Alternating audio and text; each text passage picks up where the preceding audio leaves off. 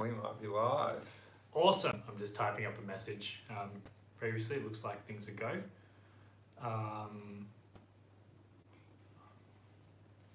If there is anyone on there, hello, welcome back. I feel so rude. I'm gonna stop doing that. That's not good. I don't like that. I can't handle that. I don't like having to split my attention like that. It's not good. I'm actually just not gonna worry about it. Hello.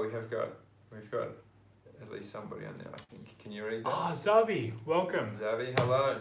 Lovely to see you. Welcome back. Yeah. We're back again. Week number 5. Yes. Of our 5 times. Of our meditation. That's 10. 2 times 5. Something we'll like be there that. soon enough. Yeah, we'll get there, man. I feel like, we were talking just before, this is feeling really good to have as a regular thing, and I don't know, we're like kind of planning on continuing for quite a while, so this will be cool to see how long this goes for. Yeah, absolutely. So as we just like take a moment while we wait just for people to trickle in, maybe a question, for anyone who is here yet, if anyone's meditated this week since last time. Yeah, how did you go? Let us know. Yeah. Chuck something in the comments if there's anyone there who's meditated even just once. Yeah, anything at all. Even if it's just been for like a minute, sitting in silence, or even just like throughout the day, if you've just like found yourself stepping back and just taking a nice like centering breath, and just tuning out of everything that's happening and just being aware of what's here in the moment. That counts too. Yeah, all those little things add up. Really quickly. Absolutely. That was something, mindful moments is an idea I've heard. That thing of, even if it is just taking one deep breath, or one I heard today actually. I was listening to, it was a podcast with a teacher called Susan Salzberg, I think her name is, Sharon Salzberg, but she mentioned this idea, when your phone rings, don't pick it up till the 3rd ring. Ooh. And isn't that a cool idea? Well, why is that? Take 2 rings to be mindful. Ah. So like when you hear the phone ring, the first ring is a reminder to be mindful for a moment and be mindful of how you feel, of what you're hearing. Just be in that moment and present for 2 rings, and then answer the phone. But you kind of like, isn't that a cool idea? Cool little idea I just heard of, I've never thought of before, but to take an opportunity every time you hear the phone ring as a little thing to remind you that you can just be mindful for a moment, and then pick up the phone and go about your things. Nice. However, maybe that's enough. Prue's been meditating. Good on you. Amazing. Nice, very, very nice. And Zabi doesn't pick up till the 3rd ring, but that's mostly because she doesn't want to answer. That's also fair. I do that a lot. Well, there you go. Now I do that a lot. I don't pick up until the 7th ring, and by then it's kind of rung out. So, hey William, nice to have you on board, man. Hey mate. All right, let's do it. Let's jump into our first meditation. Awesome. Yeah, let's do it. I'm just going to quickly write up a message for everyone who's joining after this. Perfect. And while you're doing that, our theme tonight, we're talking about perspective. Just for anyone, if they probably saw that as you're jumping on. That's what we're going to be getting into. But when we do get into this first sit, as per usual, this is one where it's open for you all to explore it however you see fit. So whether you want to meditate on your breathing or on any sensations, or if you use a mantra or a visualization, or if you don't have any particular technique, you can just try to sit, be with the feeling, see what it feels like. So let's get into it. Yes, without further ado, we will see you guys in 7 minutes. Enjoy.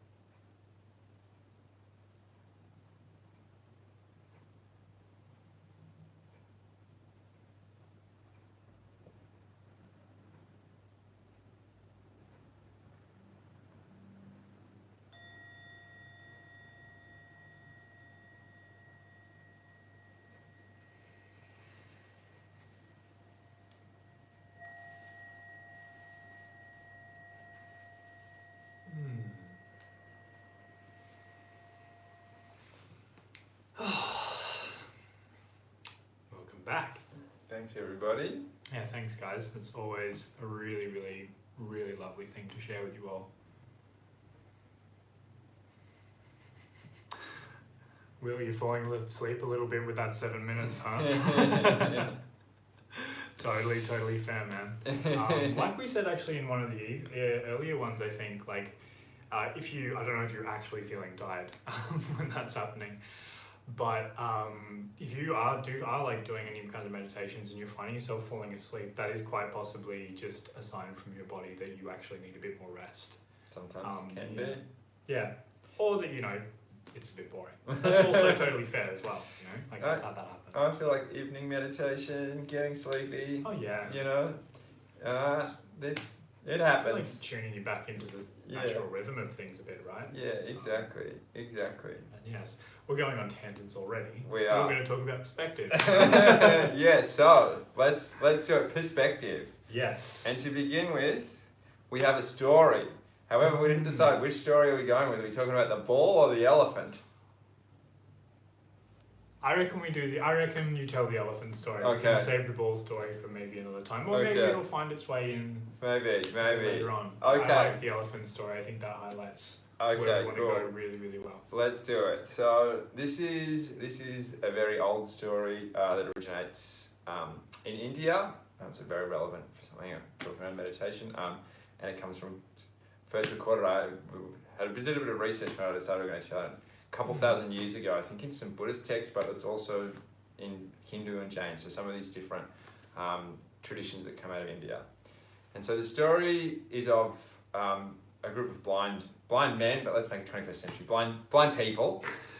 And none of them have ever seen an elephant before or encountered an elephant in any way. And an elephant comes into the town, and so they decide, well, we've got to go and check this thing out. And so the first one, he walks up to the elephant's leg, and then he feels the leg, and he goes, okay, I understand. An elephant is just like a tree trunk. And the second one, she goes up to the elephant's trunk, and she feels the trunk, and she goes, okay, yes, yeah, I understand. An elephant is like a snake. And then a third one, she goes up to the elephant's tail and feels the end, and she's going, okay, I understand. An elephant is like a paintbrush. And then a fourth one goes up to its side, feels the side, and he's going, okay, I get it. An elephant is like a wall. And then, obviously, they all get into a massive argument. What about the fifth one? What does the fifth one do? I was going to skip the fifth one. Fifth one? I want to know what happens. Okay, let's go. Let's add the fifth one. The fifth one goes to the elephant's ear, and then feels the ear and goes, I get it. It's like the leaf of a palm tree.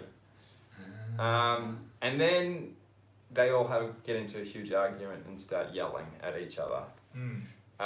Because one thinks it's like an elephant's a tree. No, it's a snake. Exactly. No, it's a palm. No, it's a palm tree. No, it's a paintbrush. It's a wall. That's right. And so when we look at it from a step back with the perspective that we all have, it's quite clear that each one of them is correct in their assessment of what they're seeing, but none of them is seeing the whole picture, which is resulting in disagreement. And then after they simmer down and they chill out, they all start talking, and then they start communicating, and then they all start to move around the elephant maybe, and then start to feel all the pieces and put it together, and so that each of them can start to build a full idea of what this elephant is. And so there's a few different morals, I suppose, in this story, but the idea, especially when we're looking at perspective, right? An incomplete perspective of things can make the same, when we look at the same thing from different angles, it can look like very different things. And if we hear someone else who's seeing that thing from another angle and straight away say, well, you're crazy, you're stupid. Obviously, like a paintbrush, not like a tree. Exactly. What are you, some kind of moron? Then we get into all sorts of problems. Whereas if we can chill, take a moment, be a bit more open-minded, and allow that perspective to change, then we can learn much more about the world and start to understand things a little bit more completely. Yeah, so there's this idea that we've been kind of playing with a bit this week, that the way you when you're really like rigid and fixed and I guess like almost attached to your particular way of seeing things, it creates it kind of creates resistance. It creates resistance in you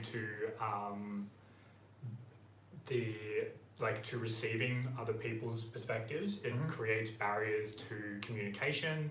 And it just really just kind of like makes things quite a bit more difficult, right? Because you're shutting yourself off to possibilities that may or may not be like the right ones for you to explore, but nonetheless, it's not a bad thing to be aware of, because you don't necessarily have to do anything with them, right? Like you can just look at them. But then there's also this idea that you mentioned quite a lot, of creating conflict, right? Because and I think a great example of this is when you're, when we're like interacting with other people, and just like in the story, it's like, oh no, it's like, actually the one that's kind of popping into my head. Did you see that photo that was going around for like, it's probably years ago now? I'm so out of the loop with so much of this stuff, but that dress, or I think it was a dress, and it was like, some people thought it was blue and some people thought it was gold, and it was something to do with the way, like the material it was made of and the way that the light reflected and things like that. It was like, and the comments were all just like, "You're stupid, it's gold, no, it's blue." It's like, no, it's just a really cool fabric that changes color depending on how you're looking at it, and like the particular ways that your eyes are, or something like that. I don't entirely know what the deal was, but either way, it was like, I think that highlights it really, really, really well. It's still a really cool dress, and the argument kind of detracts away from the fact that it's just this really cool thing that can be both. And I think that in one sense, one of these core ideas that we're circling around a little bit here, but I think that's at the center of this concept of perspective for me, is that when we have challenges arise in our life, and this can be all sorts of different challenges, like we've talked about conflict and we talked about resistance as well, these are examples, but there are all sorts of different things. Often, if we can change our perspective, then those challenges can go from something that looks very difficult to something that has a much easier path to success and to succeeding. And I think that this is one of the key ideas for me that I want to communicate when I'm talking about perspective, is that trying to change our perspective and step back. Often I feel like it's often that idea of step back. Or maybe sometimes it's even look closer, possibly, allows us to change our perspective on something, so that then we can see an easy path through it rather than being stuck, whether that's fighting with somebody or whether it's trying to go about our business or trying to achieve something that we want to. And one example that I had that we talked about the other day of this for me in my experience is I used to find that when I was like studying, when I was back at uni, or also when I used to run an online business, so it was a lot of work spent at a computer, and I would have things that needed to get done, whether like an assignment or a piece of writing or something, and I was like, I need to finish this. I need to finish it soon. And so I'd sit down and I'd look at the screen, and then I'd go to YouTube, and then I'd pull myself back and I'd look at the screen, and then I'd check my emails, and then I'd pull myself back. And like, you guys get it. Yeah. You guys get it, and I know that there are other people on here listening who've been through of a pattern. Yeah, who've been through this thing, and something that, and I used to do this. Sometimes I'd like, I need to do this thing, and it was really important to get it done, so I just wouldn't think about anything else, and so all I would do is just waste hours or days because I couldn't do anything else until this needed to be done. And something that I realized slowly and I have a much better grasp on these days is that, while at the time I thought I need to do nothing else until I've completed this task because it's important, I've learnt now that if I change my perspective and say, well, I know this is important, but I'm facing a lot of resistance, right? This is a really clear example of resistance to achieving something, that maybe that resistance is there because I'm lacking the perspective to step back and look a bit more completely at what needs I need to meet in my life in order to get this done. And so something that I've noticed now is if I'm sitting down to do a task that I know is important, but I have a lot of resistance, sometimes I'll step back and be like, well, why am I resisting this and what's that there? And what often comes to my mind is sometimes it's completely different things, but there's still important stuff to get done. For me, often it comes to cleaning things and stuff like that. And sometimes it's like, maybe actually there's just some stuff in terms of some housework or things like that is actually kind of sitting in my mind, but I'm pushing that away, right? This is like also an important thing, right? Maybe it's just like I need to do like washing, or I need to go and like take care of certain aspects of just like my non-professional life, but I've pushed them aside because I've told myself that I need to do this work thing, and then I'm getting nothing done. And if I just like chill and look at that and go, well, actually this is kind of sitting there, I've noticed that often I'll do that task, and then the thing I was resisting and procrastinating then starts to become much easier. And so this is something I'm like trying to give an example of this way, that sometimes if we step back and get that fresh perspective, we find a different route, a different path. Yeah, absolutely. And I guess this is also like not to say you should always do your washing up before you start working on that really important project. Like we're not encouraging procrastination, right? Like what we're talking about is sometimes it's like if you take that like 5, 10, 1 minute, 20 minutes if you can, to like step back and like recenter yourself when you're finding that something is really difficult and you feel like you're kind of beating your head up against the wall and you're in this loop of procrastinating and avoiding something, taking a minute to actually just sit and just notice what's there might actually just highlight for you that there is something else that has been calling for your attention, maybe for even like quite a bit longer. Dishes. That actually just needs to get done first to free up the mental space that you need to do the task that you feel is really important. It's kind of like in a way like meditation can be like an automatic prioritization tool for you. You don't actually have to do that consciously either, which is the beautiful thing. It just kind of happens. And sometimes it may not even be that you need to do the washing, but maybe even just that time spent sitting and spending a bit of time, getting away from the task and just sitting with yourself and giving yourself a bit of that space. Sometimes that in itself is enough to allow that thing, to shift that resistance. Yeah, absolutely. Yeah, totally, man. And one of the interesting things that's kind of like coming up to me before is like we were talking about how just before we jumped on about how our perspectives on the way that we approach certain things has changed. And what that is kind of like reminding me of is like sometimes the conflict is actually like we talk about we've talked a bit about like conflict between like people and the outside, but sometimes it's like a conflict of interests within yourself, right? Like maybe you really want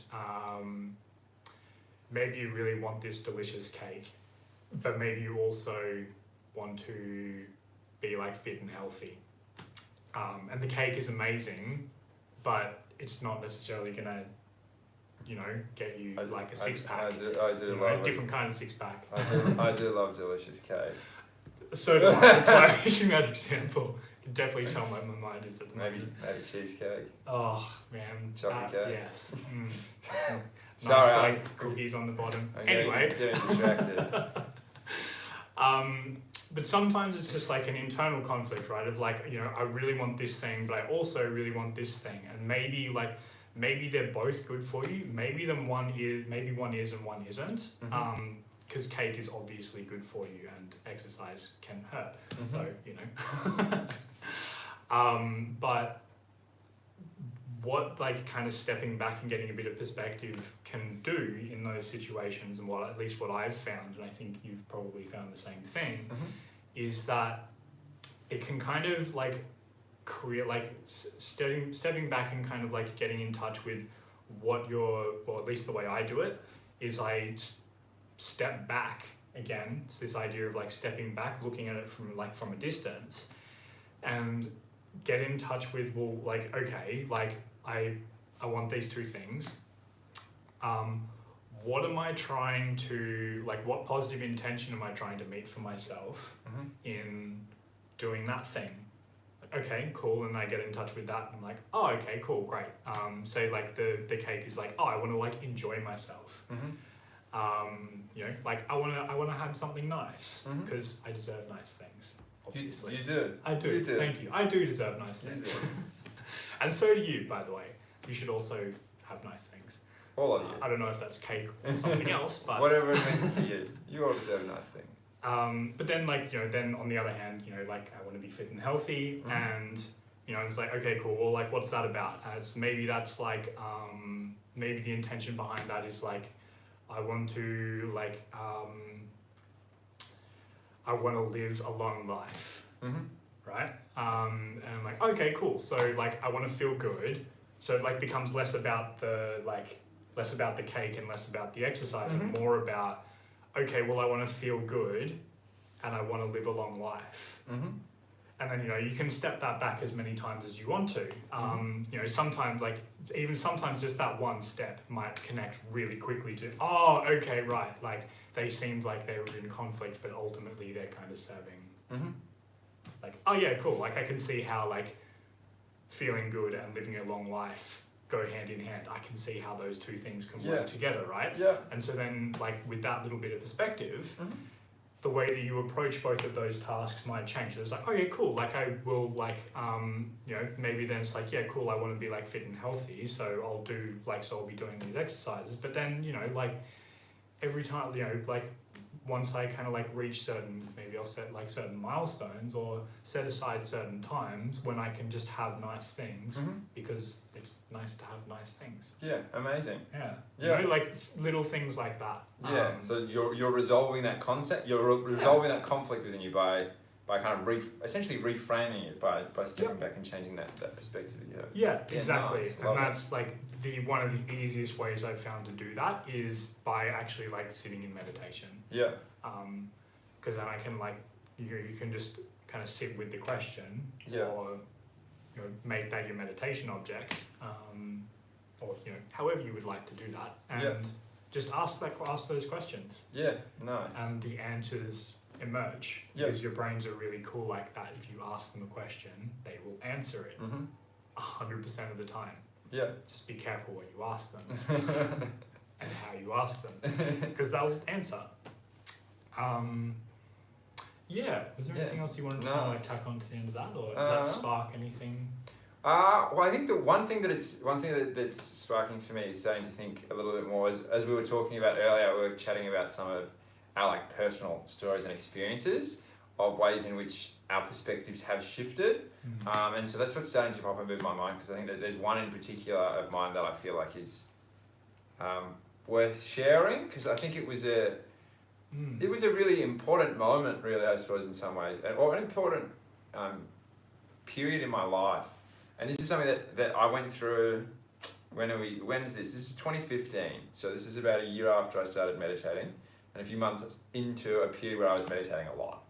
Okay, so cool. I was meditating every day, and I was meditating for a couple hours a day for a few months there. And so I was in the thick of it, like really, this guy, really like in.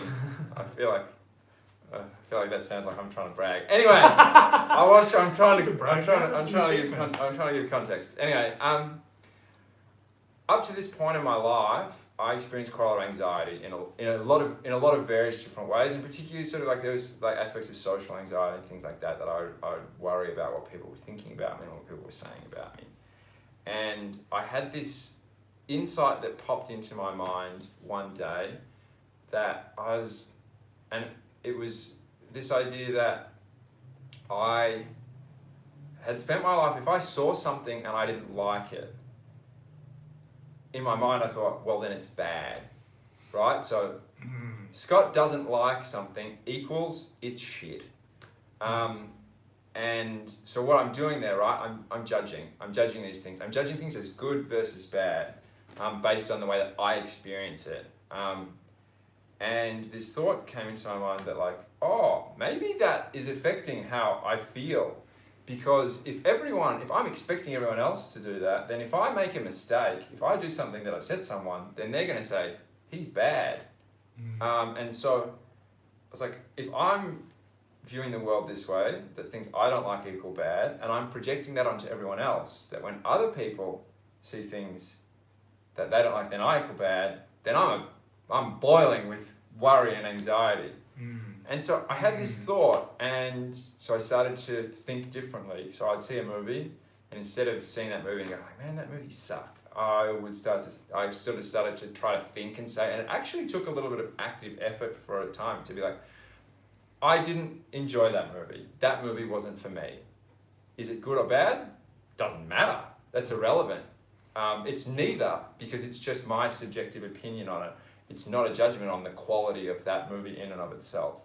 And as I went through this period of changing that behavior and trying to integrate this idea into my life, I just noticed a quite quick and drastic drop in the amount of anxiety that I would experience throughout my like day-to-day life, because no longer was I projecting this idea onto the world and then expecting other people to be viewing me in that way, that like there were problems with me if I made a mistake, if I did something wrong.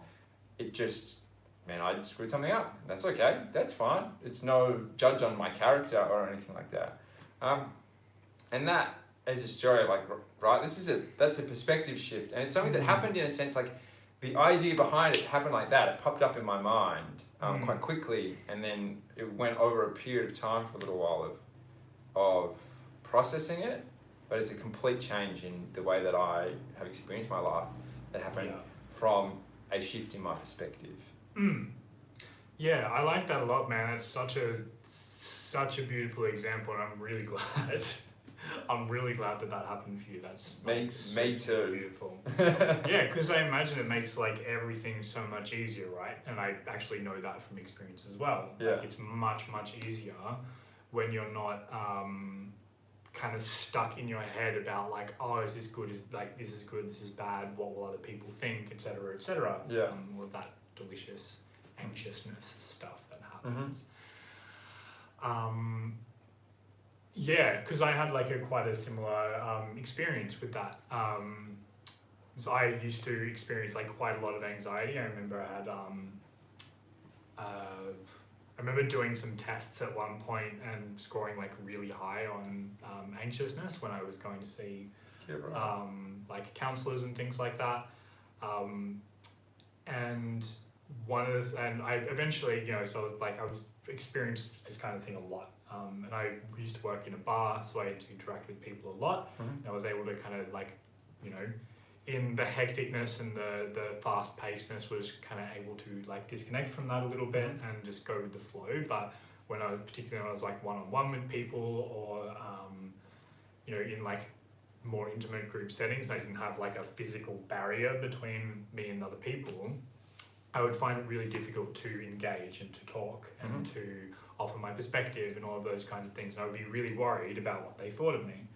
And one of the things that was really like interesting for me was doing this process called the spiral. And in that I had was able to, part of that was reframing a lot of the ways that we experience emotion. And I remember at one stage I'd just done the part that's themed around like personal power and independence. And I remember walking home and just walking down the pathway around the corner from my home and feeling like really good. I was feeling pretty good after this, because I just gotten in touch with my inner fire, and I was I was on top of the world. Yeah, nice. And I was walking down this road and almost at my house, and I was like, I just started noticing these sensations in my body that were that I had previously recognized as oh, I'm feeling anxious, and I just was noticing them, and I was like, this is so weird. These sensations are I'm having these butterflies in my stomach, kind of like a jittery electricness. Yeah. And I was like, this is so weird. I feel so good. Why? Like, what am I, like, what could I possibly be feeling anxious about? And similar to you, I had this kind of like little flash of insight, which was, this feeling is not anxiety. This feeling is excitement. I'm Mhm. excited. Yeah, wow. I'm not an anxious person. I'm an excitable person. And that totally changed. That completely shifted my perspective on, well, like everything. Because if I'm excited, then that totally changes the way that I'm going to be operating. That totally changes the way that I'm perceiving people. It changes the way that like situations present to me. That changes what I see in almost every conceivable way. Isn't that amazing? Yeah, it's incredible, and it just happened like that. And that's just never looked back. Really. Yeah, amazing. Cool. The future is bright, my friends. My friends. Oh yeah, it was super cool. But yeah, it's amazing like how little things like that, like little shifts in perspective, can they can change like a lot of things, but sometimes they, like these tiny little things change your entire experience of life. Yeah. Right? And that's one of the keys. That's one of the reasons why we meditate is because it offers a doorway into exploring different perspectives and seeing things in new lights and seeing things in different ways. I think that's it, right? It is. It's all about this. Like, for so many of us, we've learned that it's like you have a problem, you got to, excuse my language, you got to beat it down. You got to, it's like just charge forward, push everything out of the way. Whereas often, what you can do, and sometimes you need to do that, right? Sometimes that works. But what you can do, and with these tools, right, you can learn to just like say, well, actually, maybe there's another way. Maybe I don't need to just like beat my, just like beat a path through this. Maybe I can find an easier way. And that's sort of what we're talking about with all of this, right? Is just like of stopping for a moment, taking a moment, and actually looking, because I think often we don't even take that time to just check and see, because sometimes that shift in perspective might be a bit of work to get there, but sometimes it is just around the corner, and all you have to do is just take a moment and look around, and it's right there. Yeah, absolutely. Yeah, I feel like that's probably a good place to jump on into the next meditation. I think so. I think just beforehand, I have please. One last thing, and I suppose this is just one small idea, and this is just a practical idea, and I suppose and this is applying the idea of shifting perspective to meditation practice, right? Because my practice is mindfulness, right? I practice mindfulness meditation almost all the time. Like I play with a couple other things from time to time, but my practice is hugely built around mindfulness, and so just in the specific context of mindfulness meditation, when we're talking about perspective, I feel like one of the ideas to just present to it is like, when you're practicing, right, and you're meditating, and a challenge arises, as we're talking about, maybe you're getting uncomfortable, maybe your mind is starting to race. Shifting your perspective within that session, can be a way that you can get things back on board. And so, for example, so I'm sitting, my leg, that feels crap. That's sore. That's sharp. That's no good, right? And I was sitting watching the breathing. That leg's no good. That's feeling really bad. I want to get up and move. So what can I do to shift that perspective? Like maybe I can bring my awareness directly to the leg, right? Directly to that sharp pain. And maybe I can direct my awareness into it and look at it, and then look at it close and say, well, what does it feel like if I really forget about the breath? Let's toss that out. Let's toss that out completely for now. And I'm just going to explore that sensation and maybe spend 1 or 2 minutes looking as closely as I can at what I see in my knee. And I'm like, that's sharp. It's a little corner around in there. It's fizzing and bubbling, right? And then as you look closely at that sensation, sometimes it might start to shift. And then sometimes that pain might change and become more tolerable, right?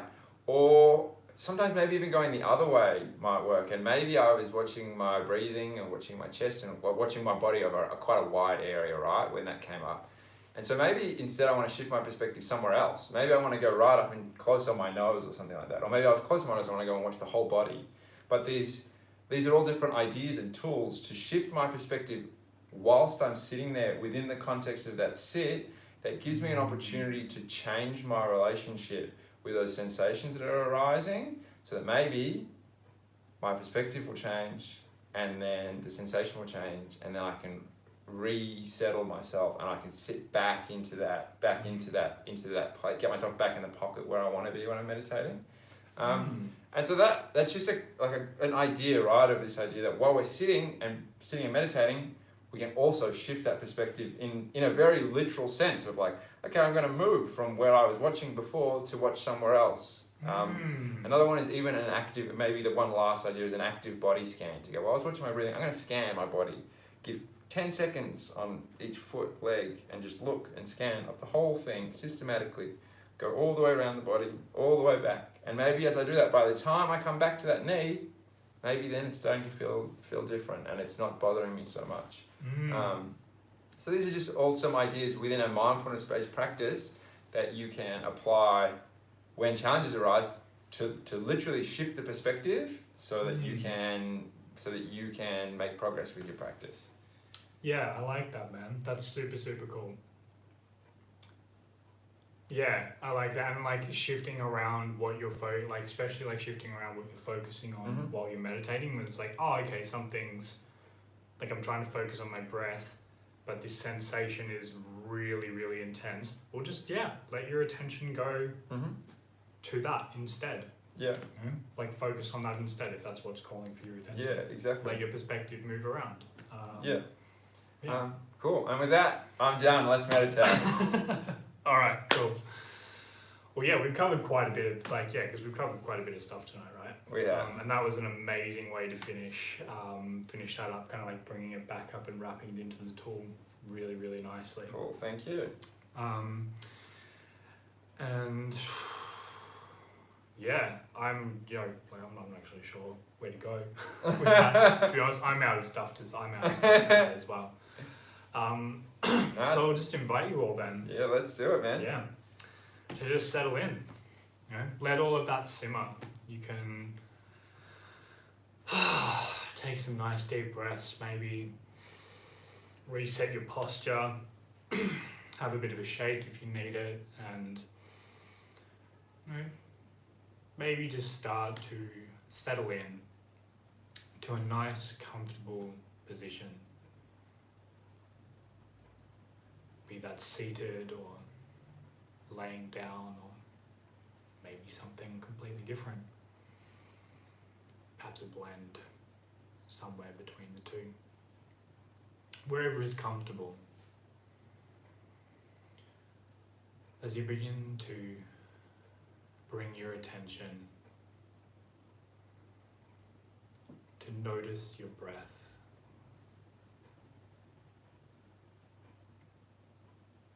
That's it.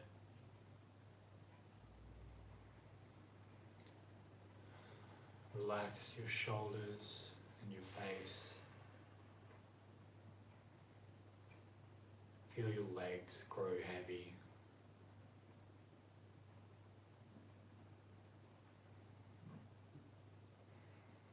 And just allow your breath to grow deeper.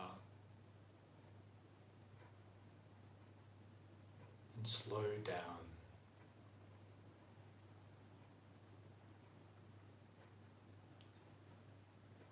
As you melt all the way down.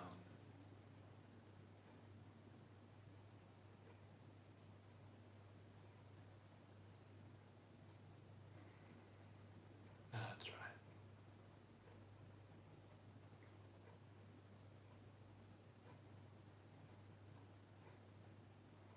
And just notice what you can feel in this moment. The temperature of the air around you. The temperature of your body.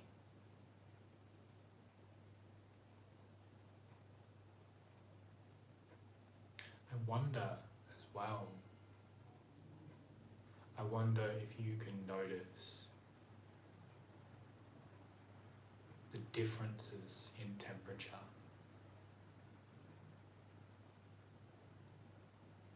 between your toes and your fingers.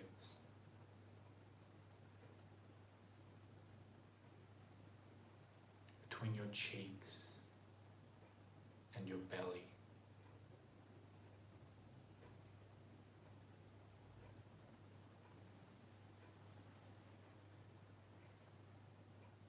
Between your back and your knees.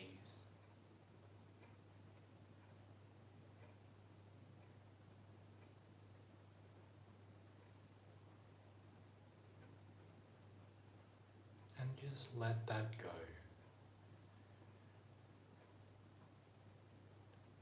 And drift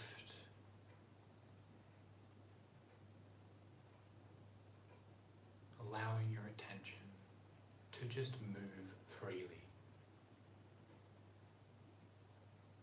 all around the inside.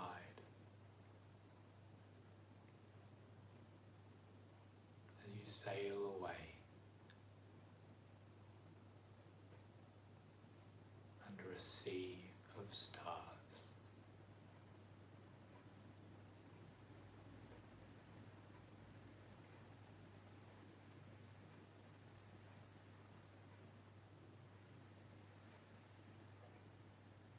And I wonder if you can call to mind someone for whom you could feel particularly strong sense of affection or care.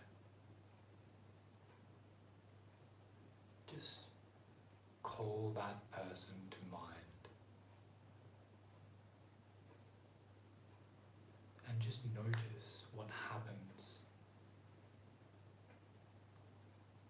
as you call that person to mind. This person for whom you feel particular sense of positive regard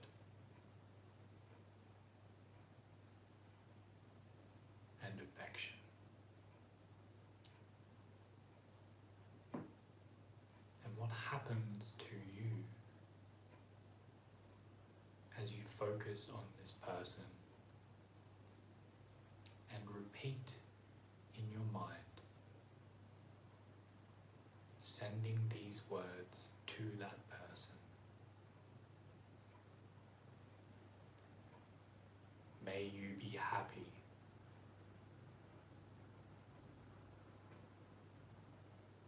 May you be safe.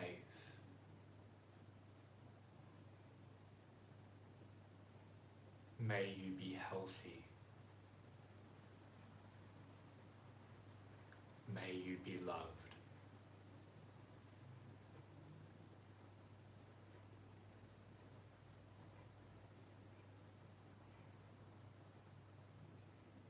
And just repeat those phrases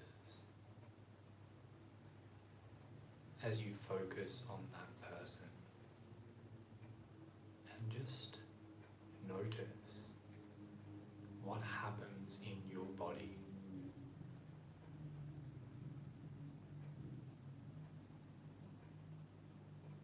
The particular sensations you can feel.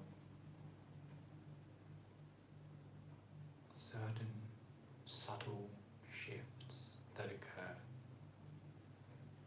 as you focus on this person and repeat those phrases in your mind. May you be happy.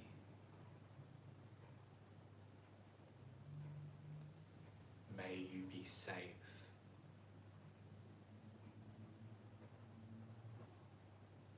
May you be healthy.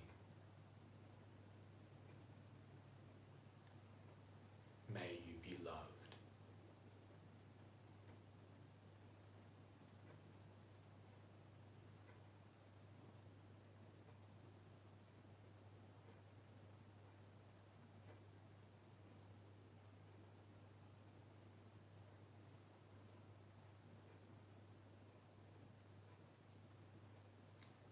And gently let that go. And just continue to drift and sail away under a sea of stars.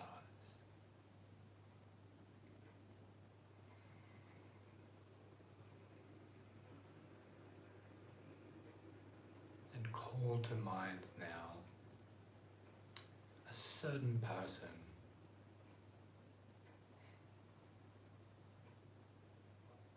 for whom you feel a certain distaste.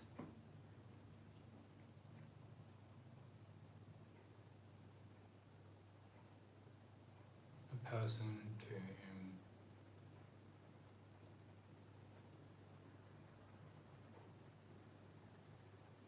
you feel a certain dislike.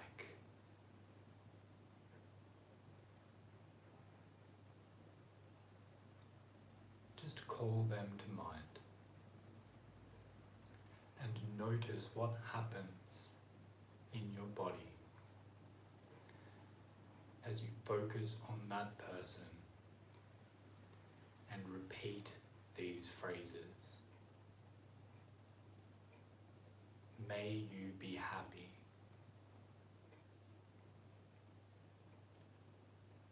May you be healthy.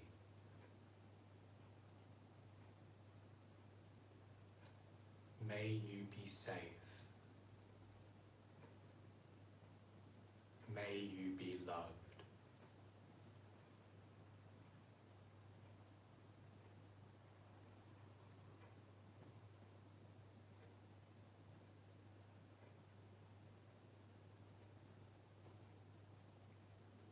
Continue to notice what happens in your body and to your representation of that person as you continue to repeat these phrases.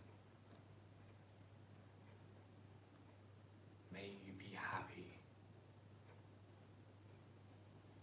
May you be healthy. May you be safe. May you be loved.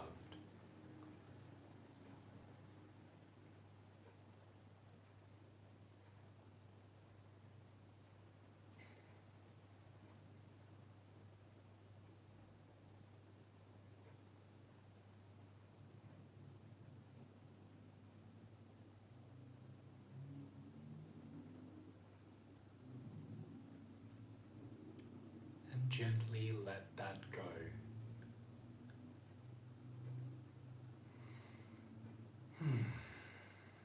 As you continue to drift away, sailing along on a sea of stars.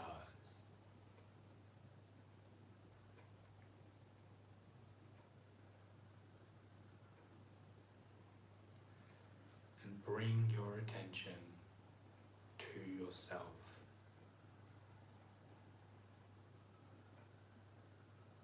Call to mind you.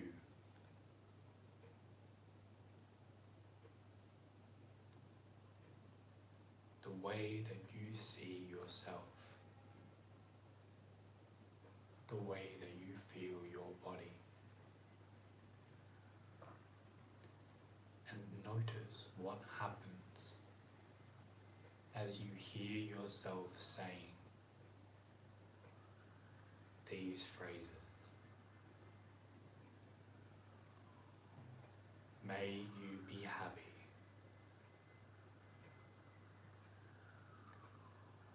May you be healthy.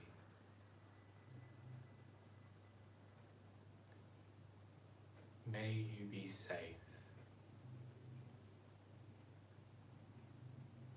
May you be loved. As you continue to focus on yourself.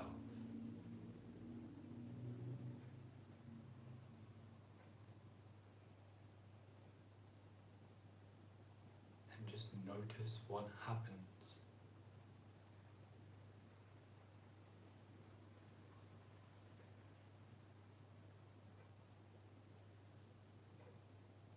As you continue to repeat these phrases,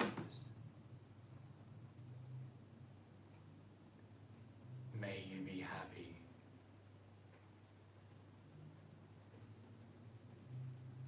May you be healthy. May you be safe. May you be loved.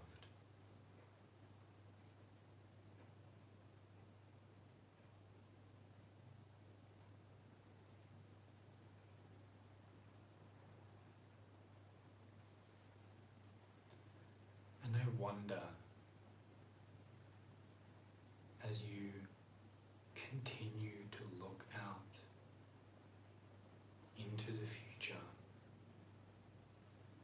to a time when you will be interacting with one or more of these people, what might be different? What possibilities might become available to you? What resources you can connect with?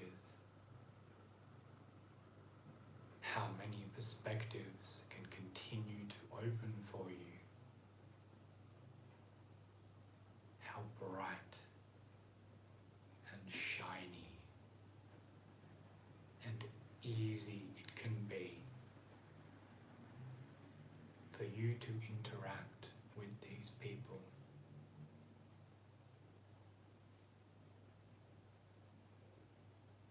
As you repeat these phrases,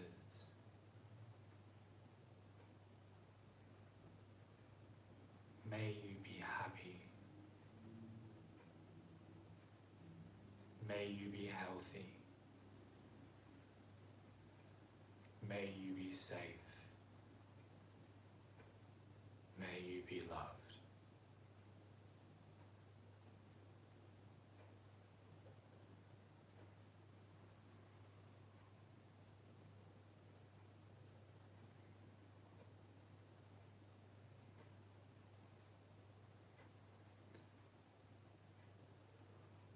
Slowly start to bring yourself back now, bringing all of this back into the present moment. Starting to notice your breath and your body, wriggle your fingers and toes as you gently bring yourself back into the room, only as fast as feels safe and comfortable and easy to do so. Gently bringing yourself all the way back into the room where you open your eyes.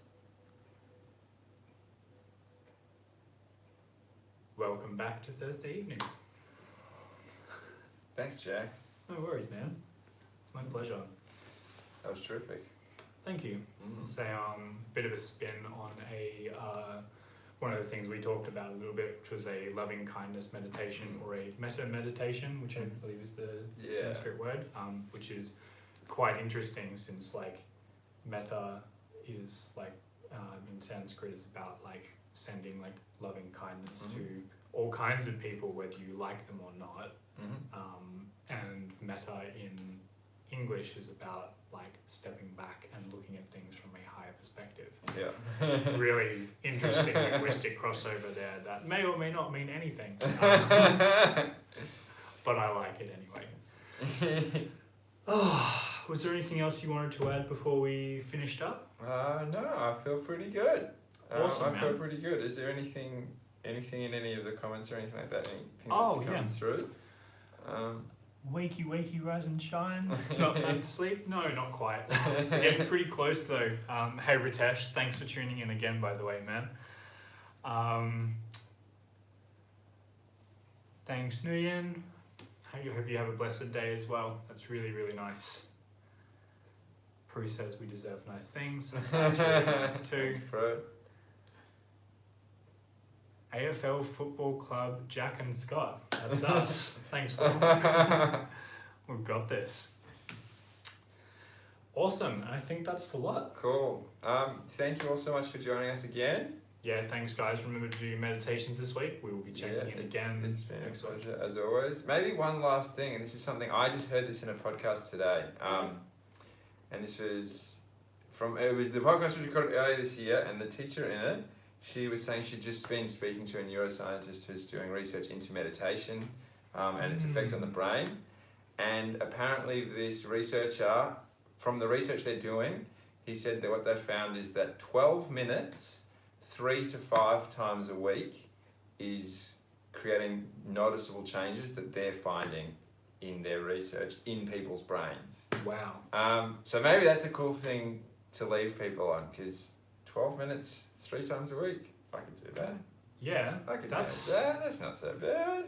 That's pretty cool actually, because some quick maths, that's like, what, 5 minutes? If you were doing it every day, that would be like 5 minutes 5 minutes a day. And you're going to see, like, what, noticeable neurological changes. Yeah, so that's what they've been finding. So that's pretty cool. So like, yeah, there's something to leave everyone on that of like, hey, 35 minutes a week. Not bad. Not bad to change the thing between your ears that's involved in every single moment of every single thing that happens for every moment of your entire life. That's Maybe worth it. pretty bloody not bad at all, I would say, mate. Alright, cool. Awesome. Well, let's leave you on that. Thank you all again. Thanks, guys. It's been an absolute pleasure. Absolute pleasure. And we'll see you next week. Next time.